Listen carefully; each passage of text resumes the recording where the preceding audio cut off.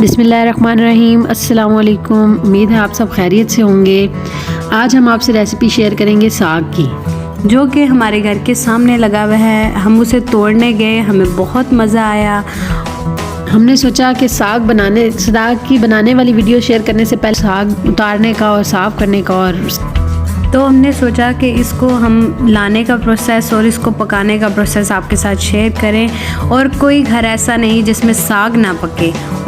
साग लाकर हमने उसकी कटिंग की, बिल्कुल बारीक सा काटा उसको। फिर उसको हमने एक छन्नी में लेके अच्छी तरह उसको धोया, ताकि उसमें से कोई भी अगर मिट्टी के ज़रे वगैरह है, रेत है, तो वो अच्छी तरह से निकल जाए, इससे कोई भी ज़रा ना रह जाए, क्योंकि वो फिर अच्छा नहीं लगता। उसके बाद इसको मैंने कुकर में डाला है। कुकर में डालने के बाद यानी बिल्कुल थोड़ा सा पानी लिया, इसमें हमने हरी मिर्चें ऐड की हैं थोड़ी सी। उसके बाद हमने पालक को अच्छी तरह धोकर उसको भी इसी साग के अंदर डाला है, और कुकर को हमने 1 घंटे के लिए बंद करके रख दिया है। जब 1 घंटे बाद इसको खोला है तो पानी बिल्कुल ड्राई हो चुका था हमारा। उसके बाद हमने इसको तड़का लगाना था। सारे साग को तड़का नहीं लगाया, क्योंकि जितना ज़रूरी होता है उतना ही, क्योंकि हमने बहुत ज़्यादा बनाया था, इसलिए आधा कप ऑयल लिया है। उसमें जिंजर गार्लिक का पेस्ट डाला है 1 टेबल स्पून। इसके बाद हमने 1 कप टमाटर लिए हैं और उसको अच्छे तरीके से इसके साथ मिक्स किया है।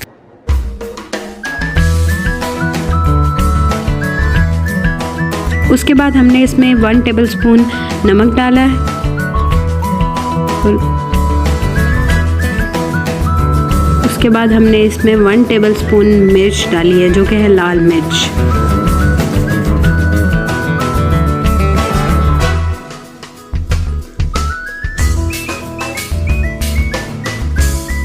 उसके बाद हमने इसमें पिसा हुआ धनिया लिया है,